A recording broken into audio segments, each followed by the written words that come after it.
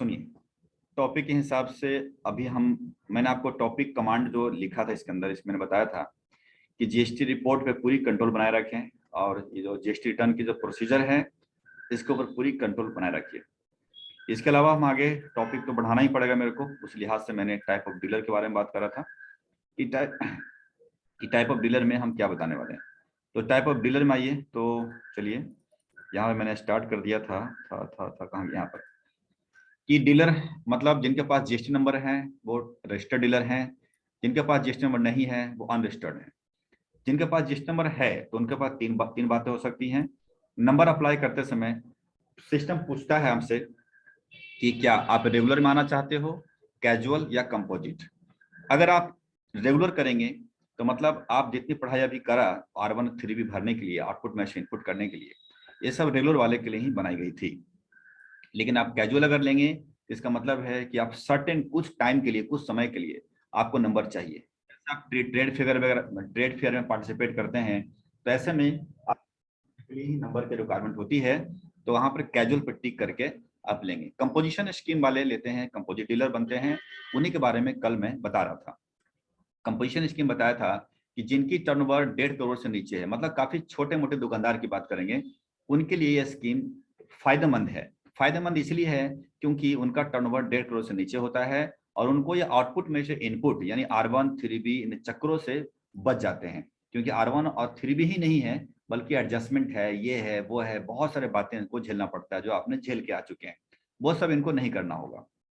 लेकिन जीएसटी सरकार को देने के लिए सरकार ने एक परसेंटेज दिया, बोला कि ट्रेडिंग और मैन्युफैक्चरिंग बिजनेस है और अगर टर्नओवर आपकी 1.5 करोड़ से नीचे है तो केवल 3 महीने की जो सेल होती है, 3 महीने की जो सेल होती है, केवल 1% आप निकाल करके सरकार को दे दो। जो 1% अमाउंट है उसको 2 पार्ट में डिवाइड करनी है, आधा CGST में और आधा SGST में।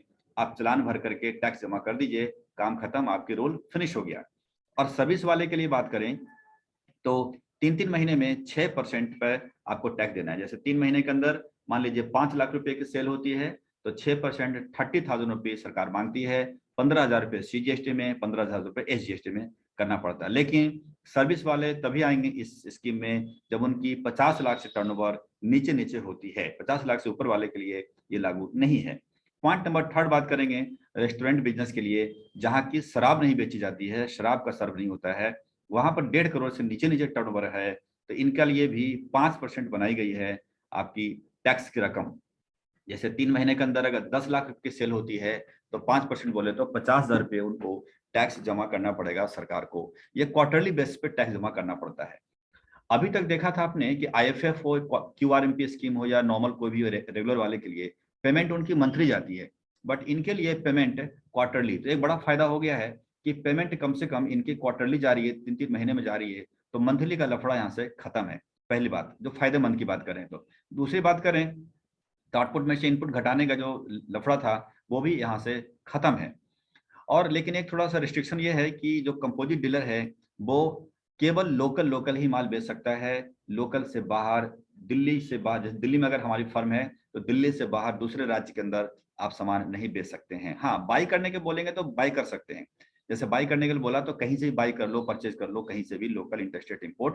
बस बेचने के लिए सिर्फ आपको लोकल ही बेचना होगा। मैंने एक एग्जाम्पल के तौर पर लिया था कि 2021-22 की लास्ट क्वार्टर की अगर आपकी सेल 4 लाख रुपए बनती है तो 4 लाख का 1% ट्रेडर होने के नाते 4,000 रुपये टैक्स आपको सरकार को देना है, जो 2,000 रुपया CGST या GST में बट जाएगा, जिसे देने की तारीख होती है क्वार्टर खत्म होने के 18 दिन के अंदर अंदर। तो मतलब लास्ट क्वार्टर खत्म हो रहा है आपके दिसंबर में, तो जनवरी 18 के अंदर अंदर आपको GST भर देना है सरकार को। और इतना ही नहीं, 18 दिन के अंदर अंदर आपको रिटर्न फाइलिंग भी कर देना है, जिसके लिए CMP 08 भरे जाते हैं। CMP 08 बहुत ही सिंपल सा फॉर्म है, उसके अंदर मात्र एक सेल की फिगर डालनी पड़ती है और टैक्स की फिगर, और सबमिट कर देना पड़ता है। खैर, सरकार ने एक और रिटर्न की डिमांड किया, बोला साल खत्म होने के बाद आपको 1 महीने के अंदर अंदर यानी 30 अप्रैल के अंदर अंदर आपको एक GSTR 4 भरने होंगे। इसके अंदर चारों क्वार्टर की सेल दिखानी है, उनका टैक्स दिखाना है। तो ये देखिएगा थोड़ा काम तो है बढ़ा हुआ, लेकिन उतना नहीं है जितना कि आपको R1 और 3B की है काम बहुत थोड़ा सा काम है। अगली बात कि कंपोजिशन स्कीम वाले को मनाही किया गया है कि कभी भी आप अनरजिस्टर्ड से माल नहीं खरीदेंगे, आपको केवल उसी बंदे से खरीदना है जिसके पास जीएसटी नंबर होता है, ये समझिए मना है। अगली बात कि जीएसटी जो कंपोजिशन स्कीम वाले का बोला कि आप इनपुट आउटपुट माइनस नहीं करेंगे, इसलिए इनपुट का क्रेडिट आपको नहीं मिलेगा और कोई आउटपुट नहीं लगाएंगे, मतलब बिल के ऊपर अलग से कोई जीएसटी सेपरेट चार्ज नहीं करना है। और आपको जो बिल काटेंगे वो बिल ऑफ सप्लाई ही काटना है, इसको ध्यान रखिएगा, क्योंकि जीएसटी आप नहीं लगा रहे हैं। तो 13 पॉइंट हमने कल डिस्कस किए थे, आज मैंने रिवाइज किया। कोई क्वेश्चन लग रहा है मन में तो पूछ सकते हैं आप। नहीं सर पूछिए। अगर हम परचेज करेंगे कंपोजिट डीलर से तो हम अपना आईटीसी ले पाएंगे उसमें? नहीं नहीं नहीं, बिल्कुल नहीं, क्योंकि कंपोजिशन स्कीम वाला तो जीएसटी लगाएगा नहीं ना आपको। बिल ऑफ सप्लाई आईटीसी तो किसी भी सूरत पे आपको नहीं मिलेगा, चाहे आप कंपोजिशन स्कीम खरीदो या दूसरे से खरीदो, आपके आईटीसी मना है, क्योंकि आउटपुट में से इनपुट करने का ही तरीका मना है, खत्म है, तो लेंगे कैसे आप? हम परचेज कर रहे हैं। हाँ हाँ, वही परचेज की बात कर रहा हूँ। अगर आप कंपोजिशन स्कीम वाले कोई परचेज, अच्छा मतलब कंपोजिशन स्कीम से हाँ। अच्छा अच्छा, तो कंपोजिट डीलर तो यहाँ पर देख रहे हैं कि वो सेपरेट जीएसटी लगा ही नहीं रहा है बिल के ऊपर। जब जीएसटी लग नहीं रहा तो इनपुट आपको नहीं मिलेगा ना। अब जीएसटी वैसे बिल ऑफ सप्लाई पे जीएसटी लगते नहीं है, तो बिल ऑफ सप्लाई से माल खरीदा हुआ इनपुट मिलेगा नहीं आपको। ठीक है। और कोई क्वेश्चन मन में पूछें? चलिए, अगर क्वेश्चन नहीं है तो मैं आगे बढ़ता हूँ, एक टैली के अंदर एंट्री करके देख लेते हैं, फिर मेरा ये खत्म हो जाएगा यहाँ पर। लेकिन टैली से एंट्री करने से पहले मैं आपको एक चीज आपको दिखाना चाहता हूँ, मजे वाली बात, कि क्या ये स्कीम के अंतर्गत आना अभी आपको क्या लगता है कि क्या इस स्कीम के अंतर्गत आना फायदा लग रहा है? जैसे मान लीजिए मेरे को 70 लाख का सेल है और मैं जानता हूँ R1 कैसे फाइल होता है, 3B कैसे फाइल होता है, मेरे को पता है, तो मैं सोचता हूँ कि यार क्यों इसमें लफड़े में फंसे। मतलब दोनों बातें हैं कि इसमें R1 3B का चक्कर खत्म हो रहा है, लेकिन एक नुकसान ये हो रहा है कि इनपुट नहीं मिल रहा है। तो आपको क्या लग रहा है, ये फायदेमंद है, ऐसा लग रहा है आपको? आप क्या एडवाइस करना चाहेंगे? मतलब आपको क्या लग रहा है कि अगर हम R1 3B की लफड़ा छोड़ दीजिए, वो मुझे पता है कि कैसे फाइल होता है, मैं कर सकता हूँ, लेकिन और चीजों को देखते हुए क्या लग रहा है कि मतलब इस स्कीम में आना चाहिए मेरे को? ज्यादा टर्नओवर मेरा नहीं है, 70-80 लाख का टर्नओवर है, तो क्या लगता है कि आप इस स्कीम में मुझे बोलेंगे आने के लिए, या कहेंगे कि नहीं नॉर्मली रहो, रेगुलर रहो? रेगुलर सर, रेगुलर ठीक है ऐसा? इसमें आईटीसी तो हम ले ही नहीं पाएंगे क्योंकि बिल्कुल, तो देखते हैं जरा। और वो हाँ नहीं नहीं, आपको समझ में आ रहा है कि आईटीसी के ऊपर ज्यादा फोकस हो रहा है, तो आप कह रहे हैं कि आईटीसी मिलेगा नहीं, इसलिए रेगुलर ही ठीक रहेगा। चलिए, मैं आपकी जवाब को देने के लिए एक एग्जांपल मैं नीचे रखा, उसको जरा देखिएगा गौर से। देखिए जरा यहाँ से गौर से देखिए, केस नंबर 1 उठाया, इसमें लिखा आरडी, आरडी बोले तो रेगुलर डीलर, और इसमें दिखाया मैंने कंपोजिट डीलर। यहाँ देखिए, तो रेगुलर डीलर मतलब कि जिनको आईटीसी मिलेगी, मैंने 1 लाख का माल खरीदा, 18% का माल खरीदा जीएसटी लगा करके, तो मेरा खर्चा बना 1,18,000 का, ये आईटीसी मिल जाएगी मेरे को।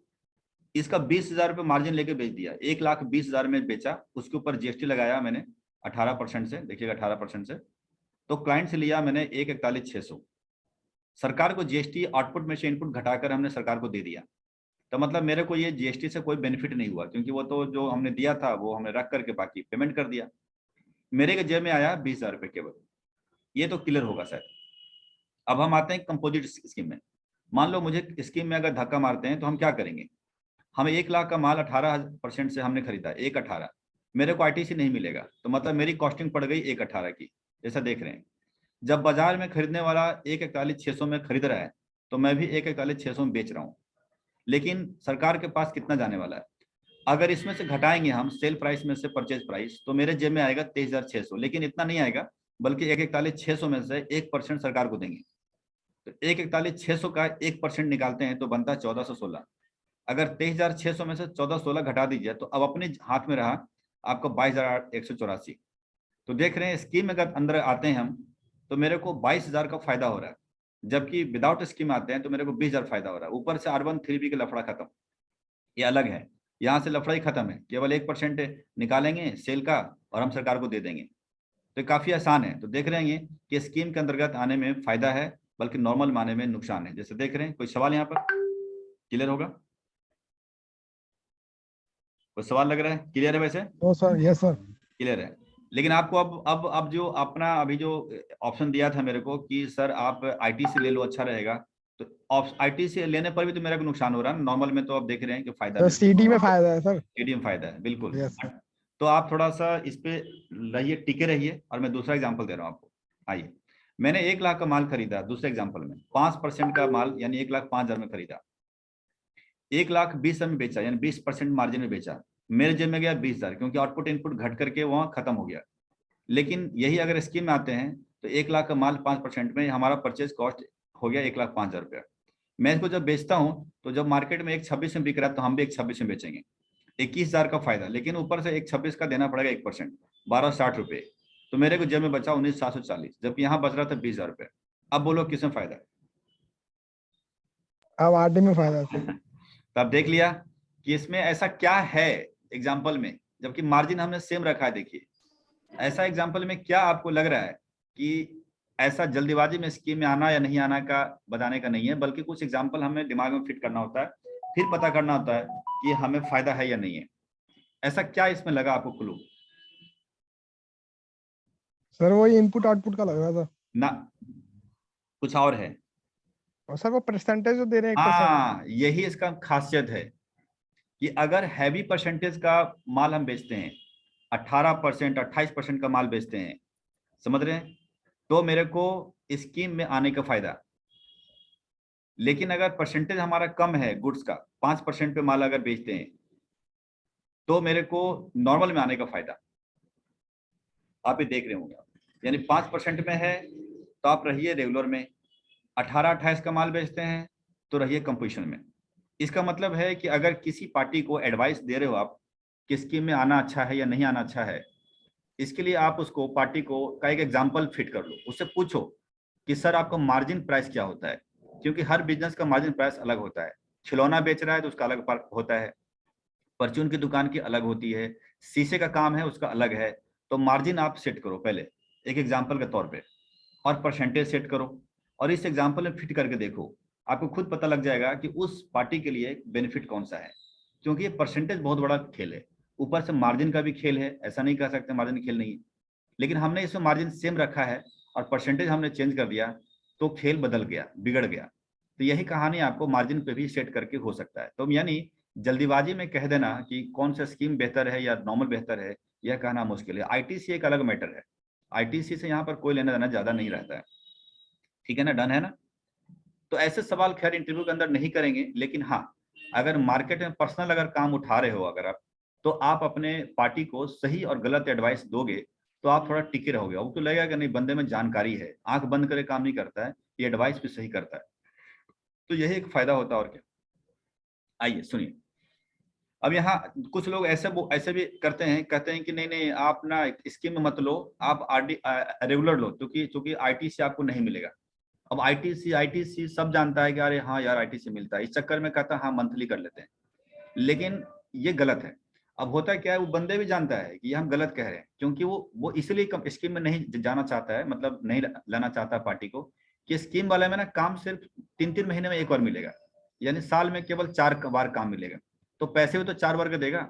लेकिन नॉर्मल वाले में क्या होता है, मंथली काम मिल जाते हैं तो पैसे 12 बार मिलते हैं, तो अपने पैसे के चक्कर में पार्टी को घसीट देता है, कहता है कि नहीं यार तुम रेगुलर ले ले। ठीक है, प्रोफेशनल है तो ऐसा भी सोचना ठीक है, जायज है आपके लिए, लेकिन ठीक है जैसा सामने वाला हो उसके हिसाब से करो, उसमें क्या दिक्कत है। पढ़ा लिखा हो तो उसको समझाओ कि दोनों में से कौन सा फायदा नुकसान है, पढ़ा लिखा नहीं है लपेट लो, अपने उसमें डिपेंड करता है उसके हिसाब से।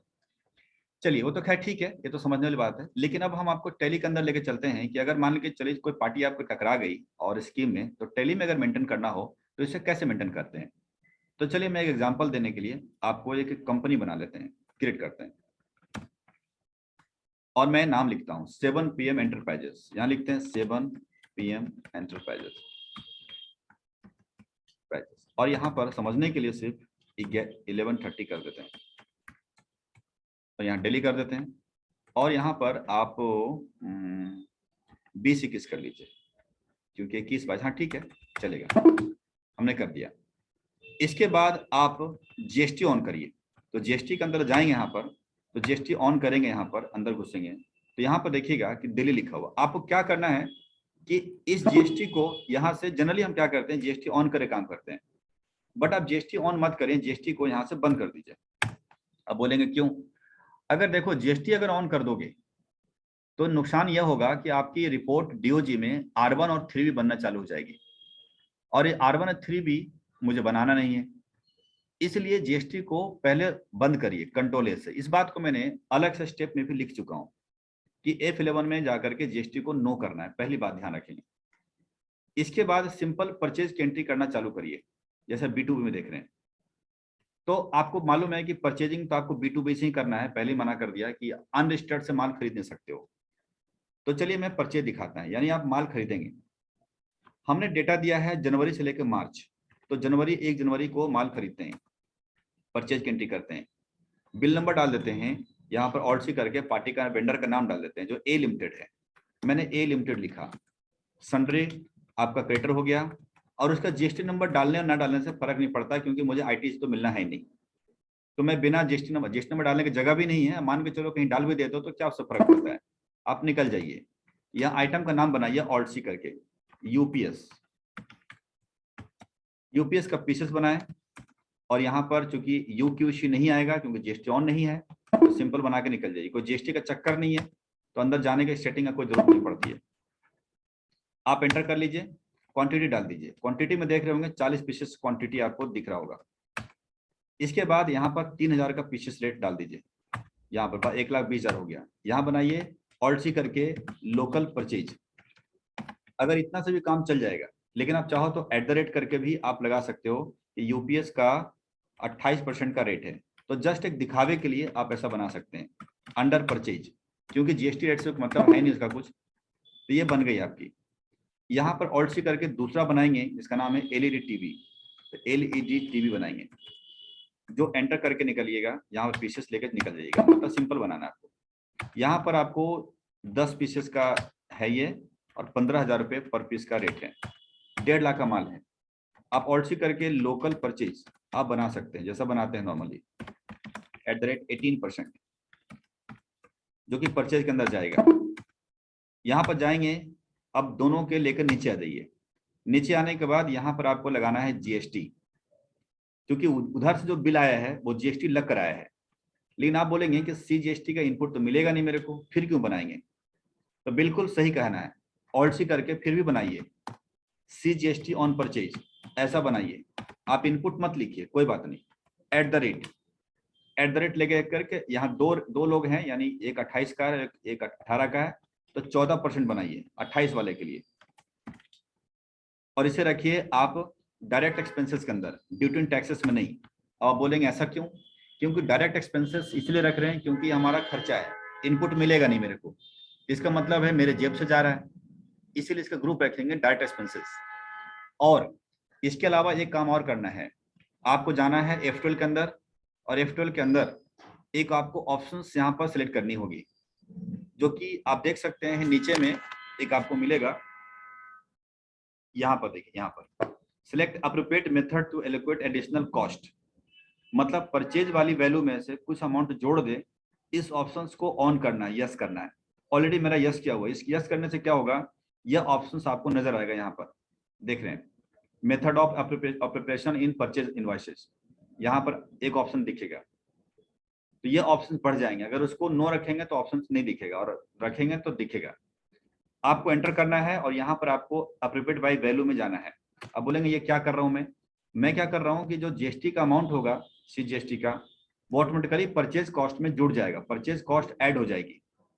इसका मतलब यही होता है, जब एंटर करेंगे तो लास्ट में आकर के यहाँ पर देखिएगा, इधर लास्ट आकर के आपको डालना है यहाँ पर जीएसटी रेट्स। अगर जीएसटी रेट्स कितना, अगर मान लीजिए 9%, अगर हम 14 डालते हैं यहाँ पर देखिएगा, तो ये 14% इसका उठा लेता है, तो आपको यहाँ डालना नहीं है, आप छोड़ दीजिए। यहाँ पर सीधा 1,20,000 का 14%, जो बिल पर आया होगा लिख करके, अब उसको डाल दो 14%, जो आ गया 16,800। फिर आपको बनाना है कंट्रोल R, यानी C के बदले बनाना है S बना दिया डायरेक्ट एक्सपेंसेस के अंदर। यहाँ भी आपको क्या करना है, अप्रोप्रिएट बाय वैल्यू डालनी है, ताकि ये अमाउंट जुड़ जाए। ये भी आपका 16,800 ही आएगा, बिल के ऊपर होगा ही लिखा हुआ, हमें तो छापना है केवल। फिर आप ऑल्ट सी करके कंट्रोल R करते हैं।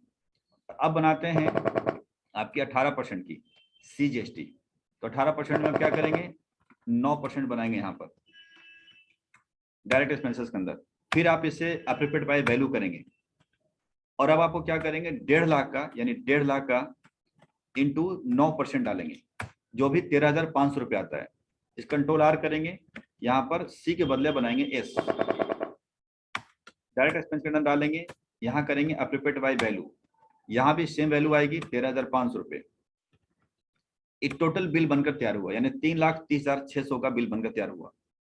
इस प्रकार की एंट्री करेंगे, यानी इनकी जो लेजर बनाएंगे वो लेजर का ग्रुप जो रहेगा वो डायरेक्ट एक्सपेंस के अंदर रहेगा, और वहां पर अप्रोप्रिएट बाय वैल्यू को सिलेक्ट करके लेना है ताकि वो ऐड हो जाए। इसके बाद आप एंटर करके निकल जाइएगा। इससे क्या फायदा होने वाला है तो अब मैं दिखाता हूँ। परचेज की इफेक्ट पीएल अकाउंट में जाता है, और यहाँ पर जरा गौर से देखिएगा, आपकी लोकल परचेज की कॉस्टिंग बढ़ती हुई नजर आ रहा होगा। लेजर है बट यहाँ वैल्यू नहीं आई, इनकी वैल्यू टोटल जोड़ करके उसने परचेज के कॉस्टिंग में बढ़ा दिया। यही होना भी चाहिए। हालांकि क्यों, क्योंकि जो जीएसटी हम पे कर रहे हैं वेंडर को, उसका इनपुट नहीं मिल रहा है। इनपुट नहीं मिल रहा है, इसका मतलब यह हुआ कि उसकी परचेज कॉस्ट बढ़ जाएगी, तो परचेज कॉस्ट हमारी यहाँ पर इंक्रीज हो गई। यही हुआ। तो वो जो क्यों हुआ, क्योंकि वो जो हमने एप्रोप्रिएट बाय वैल्यू का ऑप्शन ऑन करके किया था जीएसटी वाले में, हमने वहां किया। लेकिन एक ध्यान रखना कि परचेज में भी ये चीज दिखता है, बट परचेज के अंदर नहीं करना। जैसे एग्जांपल के तौर पर ले रहा हूँ कि जब एंटर करेंगे तो जब परचेज के बना रहे थे लेजर, यहाँ भी ये वैल्यू आ रही थी, बट यहाँ नहीं लेना है आपको। आपको लेना है सिर्फ टैक्सेस वाले में लेना है, क्योंकि टैक्स की अमाउंट को परचेज में जोड़ना है। इस वजह से इस ऑप्शन को सिलेक्ट करनी है। तो आप देख रहे होंगे कि बिल बिल्कुल साधारण तरीके से बनाइए, लेकिन ऑटोमेटिकली परचेज कॉस्ट में वो ऑटोमेटिकली ऐड कर देता है, और लेजर आपके सामने ब्लैंक दिखता है। तो ऐसे एंट्री चलती है इसकी। सेकेंड एंट्री हम करते हैं यहाँ पर टीवी परचेज कर रहे हैं इंटरस्टेट से। खरीदारी तो कहीं से भी कर सकते हैं, बिकवाली लोकल करना है ना, तो वाउचर में जाएंगे और परचेज हम कर रहे हैं कहीं और से, ऑल्सी करेंगे। दूसरी परचेज के लिमिटेड कर रहे हैं, के लिमिटेड से, जो कि शंट्री कैटर है, देखिए। और ये दिल्ली से बाहर किए है, उत्तर प्रदेश से। हम कर सकते हैं खरीदारी करने में दिक्कत थोड़ी ना है। यहाँ आने के बाद आइटम है एलईडी टीवी, यहाँ पर क्वांटिटी ले लीजिए 4 पीसेस, और 15,000 का रेट है, हमने डाल दिया। यहाँ पर हमें बनाना पड़ेगा inter state purchase eight the rate, अगर लगाना चाहें लगा सकते हैं 18%, हमने लगा दिया। अंडर द परचेज लगाकर निकल गए। इसमें वैल्यू आएगी बट इसमें लेना नहीं है, परचेज में नहीं लेना, आपको सिर्फ लेना है जीएसटी में। एंटर करेंगे, इसके नीचे आएंगे, आप बनाएंगे IGST on purchase eight the rate 18% under the direct expenses, क्योंकि खर्चा है आपका। लेकिन इसमें आप वैल्यू को ऐड करेंगे, क्योंकि यही टैक्सेस हमें परचेज में जोड़ के दिखाना है। एंटर करेंगे, एंटर करने के बाद आप यहाँ ये, और लास्ट में आकर के आप यहाँ परसेंटेज डाल सकते हैं, क्योंकि परसेंटेज एक ही है तो आपको ले लेगा आराम से, देखिए वही अमाउंट। फिर आप एंटर करेंगे, एंटर करके न्यू रेफरेंस में निकल जाइए। अब जब देखेंगे पीछे परचेज, तो आपको देखिएगा कि इंटरस्टेट परचेज 70,800 की आ गई, यानी टैक्स को यहाँ जोड़ दिया। यहाँ पर लेजर बना लेकिन यहाँ अमाउंट नहीं आया, बल्कि इसमें जुड़ गया। तो ये बहुत बड़ा खासियत होता है अप्रोप्रिएट बाय वैल्यू का ऑप्शंस को। इसको इस तरह से हम यूज करते हैं कि कोई भी कॉस्टिंग को ऐड करना होता है परचेज में, तो हम वहां पर यूज करते हैं। ये 2 परचेज की एंट्री है। कोई प्रॉब्लम है, पूछिए, नहीं तो आगे बढ़ते हैं। नहीं, तो अब हमें सेल की बारी हो रही है कि हम सेल कैसे करेंगे। तो चलिए मैं सेल करके दिखाता हूँ। वॉचर पर जाएंगे, F2 मान के चलिए 2 जनवरी को हम सेल कर रहे हैं, तो सेल का विंडो लगाएंगे और सेल करना चालू करते हैं। सेल करने के लिए पब्लिक को बेचा हमने 30 पीसेस, तो ठीक है, हमने नगद बेच दिया, तो हमने बेच दिया। क्या बेचा भाई? यूपीएस कितने पीसेस हैं? 30 पीसेस हैं। रेट क्या लगा रहे हैं? तो 5,000 का लगा रहे हैं। अमाउंट है 1.5 लाख का। तो आप कहेंगे 1.5 लाख की सेल कैश में कर सकते हो? बिल्कुल, 2 लाख तक की कैश सेल एक व्यक्ति को एक दिन में कर सकते हैं। यानी अगर आपको घर में टीवी लेनी है महंगी सी, मान लीजिए आपको 1,80,000 का टीवी लेना है, 1,80,000 का, और घर में कैश पड़ा हुआ है, तो आराम से दुकानदार दे देगा आपको। लेकिन अगर आपको 2 लाख से ऊपर का अगर आपको टीवी पसंद पड़ गया, 2,20,000 का पसंद पड़ गया, और आपका कैश पड़ा हुआ है, दुकान पे जाओगे कहो सर टीवी दे दो 2,20,000 का, नहीं देगा। वो बोलेगा भाई तुम 2 लाख कैश दे, बाकी का चेक पेमेंट करो। यानी 2 लाख से ज्यादा का आपका कैश एक व्यक्ति से एक दिन के अंदर नहीं ले सकता है, नहीं तो डबल की पेनाल्टी है। तो हम यहाँ सेल कर रहे हैं 1.5 लाख की, 2 लाख से नीचे का है, तो आराम से हम कैश में सेल पब्लिक को कर सकते हैं, कोई दिक्कत नहीं है। तो यहाँ 1.5 लाख रुपए का हमने सेल किया। या ऑल्ट सी करके बनाएंगे लोकल सेल्स, क्योंकि इंटर स्टेट सेल तो हम कर ही नहीं सकते हैं ना, मना है। अब इसमें एड्रेस लगाना है तो लगा दीजिए दिखावे के लिए, बट इसका कोई मतलब नहीं बनता है, क्योंकि कोई टैक्स तो लेना नहीं है। 28% का यूपीएस है तो 28 लिख देते हैं। लेकिन जस्ट हमारी रिपोर्ट के लिए ठीक रहेगा कि कम से कम रिपोर्टिंग सही बन जाती है। जैसे आप देखा होगा कल के तारीख में कि हमने जब सेल्स रजिस्टर से रिपोर्ट निकाला या परचेज, तो वहाँ अलग अलग सेल दिखा रहा था। इस लिहाज से हमें जरूरत पड़ जाती है। ये हमने निकल करके यहाँ से बाहर निकल गए, एंटर कर लिया। अब आपको जीएसटी लगाएंगे, तो जीएसटी आपको पता है कि कंपोजिशन स्कीम वाले नहीं लगाते हैं, तो बिल के ऊपर तो भैया जो 5000 लगाया था इसकी इसी के अंदर सारा तामझाम है। हमने खरीदे थे 3000 प्लस जीएसटी मिला करके, समझिए 5000 के अंदर ही हम सब कुछ ले रहे हैं, टैक्स वैक्स सब जोड़ करके। तो ये हो गए एंट्री, ये पास हो गई एंट्री बिना जीएसटी का। इसके बाद हम सेकेंड एंट्री कर रहे हैं। किसी एक बीके एंटरप्राइजेज है जो कि अनरजिस्टर्ड है, दुकानदार है कोई कहीं का, वो हमसे माल लेना चाहता है, हमको ले, ठीक, हमें क्या दिक्कत है, हमने ले लिया। तो बीके एंटरप्राइजेज, वैसे इसके पास अगर जीएसटी नंबर है तो इसको घाटा होगा, नुकसान होगा हमसे लेने में। लेकिन मान लीजिए कोई ऐसे दुकानदार है जो अनरजिस्टर्ड है, तो उसको क्या घाटा है, वैसे हमारे पास भी जीएसटी नंबर कंपोजिशन स्कीम की है, आईटीसी मिलेगा नहीं, उसको भी नहीं मिलेगा, तो क्या फर्क पड़ता है, वो ले सकता है मेरे से। तो वो हमारे लिए डेटर हो गया। और कहाँ पे है भैया, दिल्ली के, दिल्ली में ही होगा, क्योंकि लोकल तो लोकल ही बेच सकते हैं, बाहर तो बेच नहीं सकते। यहाँ आने के बाद अब देखिएगा कि हमने इसको एलईडी टीवी सेल किया, वो भी 8 पीसेस। यहाँ डाल दिया रेट, तो 25,000 का है रेट। इसी में सब मार्जिन है, मार्जिन जीएसटी वेस्टी सब जो कहिए। यहाँ करके हम यहाँ कंट्रोल आर करते हैं, नहीं वो तो फिर पी के आ गया, तो हमें बनाना पड़ेगा local sales at the rate 18% LED, ठीक है। अंदर द सेल्स हमें लेके निकल गए, यहाँ एंटर कर दिया। फिर उसके बाद कोई जीएसटी लगाना नहीं है, मालूम है, सिर्फ 25,000 का सेल लगा दिया, 2 लाख तक तो आप पैसे चेक की पेमेंट करेगा तो कोई बात नहीं, कर दिया, एंटर करके निकल जाइए। तो ये सेल कंप्लीटेड है। अब पूरा पीएल अकाउंट देखेंगे तो जरा देखिए गौर से, ऑल्ट F2 करके 1 जनवरी से लेकर के 31 मार्च की पीएल चेक करेंगे, देख सकते हैं ये परचेज की डेटा निकल गया, यहाँ सेल की डेटा निकल गई, 3.5 लाख की सेल हो गई, और एक क्लोजिंग स्टॉक हमारे पास पड़ा हुआ है। अब मान के चलें कि 3 महीना कंप्लीट हो गया, मतलब परचेज कर लिया, सेल कर लिया। 3 महीने के बाद हमारी लायबिलिटी खड़ी होती है जीएसटी देने की सरकार को। वो जीएसटी किस अमाउंट के ऊपर देंगे, तो सिंपल है कि 3.5 लाख रुपए सेल है, इस अमाउंट के ऊपर हम पे करेंगे। जरूरी नहीं है 18-28 करके, बल्कि इस टोटल अमाउंट का 3.5 लाख का 1% हमें जीएसटी सरकार को देना है, जो कि बनता है आपका 3,500 रुपये। 1%, यानी कंट्रोल एन करके दिखा देता हूँ, 3.5 लाख मल्टीप्लाई 1%, जो बनता है 3,500। 3,500 में भी पता है कि इसमें 2 पार्ट में डिवाइड करना है, 1750 सीजीएसटी और 1750 एसजीएसटी में कन्वर्ट करना है। इसको करने के लिए आप वाउचर पे आइए और आपको पास करना है जर्नल, यानी F2 प्रेस करना है, और 31 मार्च को हमें पास करना है। यहाँ ऑल्ट सी करेंगे, सीजीएसटी एक्सपेंसेस लिखेंगे, जो कि इनडायरेक्ट एक्सपेंसेस के अंदर डालेंगे, और डालने के बाद आप एंटर करके निकल जाइए, क्योंकि सीजीएसटी जो एक्सपेंसेस हैं ये हमें सरकार को देने वाले हैं, और ये डायरेक्ट एक्सपेंस नहीं है, सेल के ऊपर दे रहे हैं, इसलिए इनडायरेक्ट एक्सपेंसेस है। 1750 रुपये यहाँ डाल दीजिए। अगेन डेबिट करेंगे, एसजीएसटी एक्सपेंसेस को इनडायरेक्ट एक्सपेंस में डाल करके निकल जाइए। यहाँ पे 1750 रुपये का आपका बनता है। इसके बाद इनका अलग अलग टेबल खड़ा करें, क्योंकि 31 मार्च को तो पे थोड़ी ना करना है, पे करना है आपको 18 दिन के अंदर अंदर, इसलिए इसे करेंट लायबिलिटी के अंदर रख लीजिए, और ये एंट्री 1750 रुपये से यहाँ ले लेते हैं। फिर अगेन आप कंट्रोल आर, एस के वजह पे आप सी करेंगे और करंट लायबिलिटीज, तो देख सकते हैं ये एंट्री बन गई। CGST expense debit, SGST expense debit, और इनके अलग अलग पेबल यहाँ पर देख रहे होंगे आ रहा है। ये एंट्री 31 मार्च की खत्म हो गई है। जब हम 18 तारीख तक पे करेंगे तो ये पेबल डेबिट हो जाएगा और कैश बैंक क्रेडिट हो जाएंगे। बैंक क्रेडिट हो जाएगा क्योंकि पेमेंट बैंक के थ्रू करेंगे। तो ये एंट्री हो गई आपकी 31 मार्च की। अब आप पूरी तरीके से देखेंगे कि पीएल अकाउंट कंप्लीटेड है, एक्सपेंसेस के साथ देख रहे हैं, एक्सपेंसेस के साथ, और आपकी बैलेंस शीट के अंदर लायबिलिटी खड़ी हो गई है 1750 रुपये, और इस प्रकार से एंट्री फिनिश है। तो अब एंट्री कितनी बन गई, तो 2 परचेज की, 2 सेल की, 1 जनरल की। अब पूछिए जरा कि क्या पूछना चाहते हैं। ये सब कुछ हमने इसमें एक तरीके से लिख रखा है, चाहो तो घर पे पढ़ सकते हो, अदरवाइज रिकॉर्डिंग में तो आपको चल ही रहा है। पूछिए फिर से कि कोई परचेज की एंट्री में, सेल की एंट्री में, या क्या हुआ।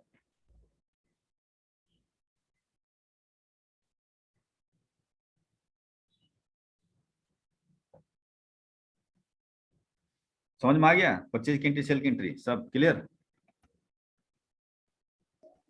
Yes sir. ओके ठीक है। तो एक बार आप घर पे कर लेंगे प्रैक्टिस, तो ऐसा नहीं है कि नौकरी के जॉब का पॉइंट ऑफ व्यू से बहुत इंपॉर्टेंट है, वहां पर तो खैर नहीं पूछेगा इसको। लेकिन अगर आपकी इर्द गिर्द में कोई पार्टी आप टकराता है, उसका काम लेते हैं, तो इस प्रकार का आप काम कर सकते हैं, इस तरह की एंट्री कर सकते हैं। प्लस इसमें एक नई बात सीखने को आपको मिली, जो कि एप्रोप्रिएट वैल्यू वाली, कि अगर कोई भी अमाउंट जो परचेज में नीचे हम लिखते हैं, अगर वो चाहते हैं जोड़ने के लिए परचेज की वैल्यू में, तो उसका एक ही उपाय है कि एप्रोप्रिएट बाय वैल्यू को ऑन करके उसमें आप सिलेक्शन कर लेंगे, तो वो कॉस्टिंग उसके अंदर ऐड हो जाता है। ये सबसे बड़ी बात होती है इसके अंदर। ये दो बातें सीखी, प्लस एंट्री विंट्री सीखा आपने। अब मैं नई बातें हम आपको आज नहीं सिखाएंगे, वजह है साफ, क्योंकि हमें टेस्ट लेना है मंडे को एनी हाउ, जैसे मैंने कल ही बताया था, क्योंकि जरूरी है कंट्रोल करने के लिए, जो हमारी तरफ से हो गया। अगली बात, हम बहुत इंपॉर्टेंट पार्ट है पीओएस की बारे में बात करेंगे, बट ये मंगलवार का टॉपिक होगा हमारा, ठीक है? तो मंडे को दो आपके क्लासेस के है, एक तो इनकम टैक्स की है आपका इंटरव्यू टेस्ट, प्लस में जीएसटी की है। जीएसटी में कुछ पूछना चाहते हैं पूछिए, अभी बहुत समय बचा हुआ हमारे पास। सर कंपोजिट डीलर वाले इस पे एजुकेशन मोड पे कर सकते हैं क्या? इनको भी लेना पड़ेगा लाइसेंस टैली? अब देखो सिंपल सी बात है कि अब 1 और 2 तारीख में तो सिर्फ एंट्री नहीं होगी ना, 3 भी तो होगा, 4 भी तो होगा, 5 भी तो होगा, कैसे करोगे बताओ? सवाल इसका है ना फिर। हाँ, इसके लिए आप, ऐसा नहीं है कि प्राइम ही लेना पड़ेगा, कोई भी अगर आपको पुराना वर्जन मिल रहा हो कहीं पे और सस्ता सुस्ता मिल रहा हो, कोई बेच देता है ना कभी कभी, तो कि यस भैया सर। अब हमें नहीं चाहिए, तो वैसा भी आप ले सकते हो। अदरवाइज ऐसे के लिए ना मैंने अपने पास रखा है टेली 9। टेली 9 में क्या होता है कि कोई बहुत पहले का है, जीएसटी वेस्टी उसमें था नहीं, 2010 की है, तो आप वो ले सकते हो। उसके अंदर कोई भी डेट चेंज हो जाता है, 1 तारीख, 2 तारीख, 3 तारीख, 5 तारीख, कोई भी डेट, वो हमारा ओरिजिनल था, उसको क्रैक बना रखा है, तो कभी जरूरत पड़े तो हमसे ले सकते हो, ले लेना। अदरवाइज फिर आप अगर नॉर्मल बात करेंगे तरीके से, तो प्राइम लेंगे तो फिर खर्चा बढ़ेगा फिर, लेकिन इसका यूज है नहीं जीएसटी का ज्यादा इसमें, तो इसलिए आप ऑप्शन को के तहत क्यों लेना चाहेंगे? चलिए कोई और चीज पूछिए टॉपिक में, आपको लग रहा है 1 2 3 4 आपको ऐसा अब महसूस हो रहा होगा कि यार ये 4 ही टॉपिक पढ़ने में 1 महीना लग गया, तो आगे क्या होगा? आगे फटाफट खींचेंगे, टेंशन मत लो, क्योंकि टॉपिक छोटा बड़ा टॉपिक है, बड़ा बड़ा टॉपिक नहीं है, जो इंपॉर्टेंट था वो निकल गया।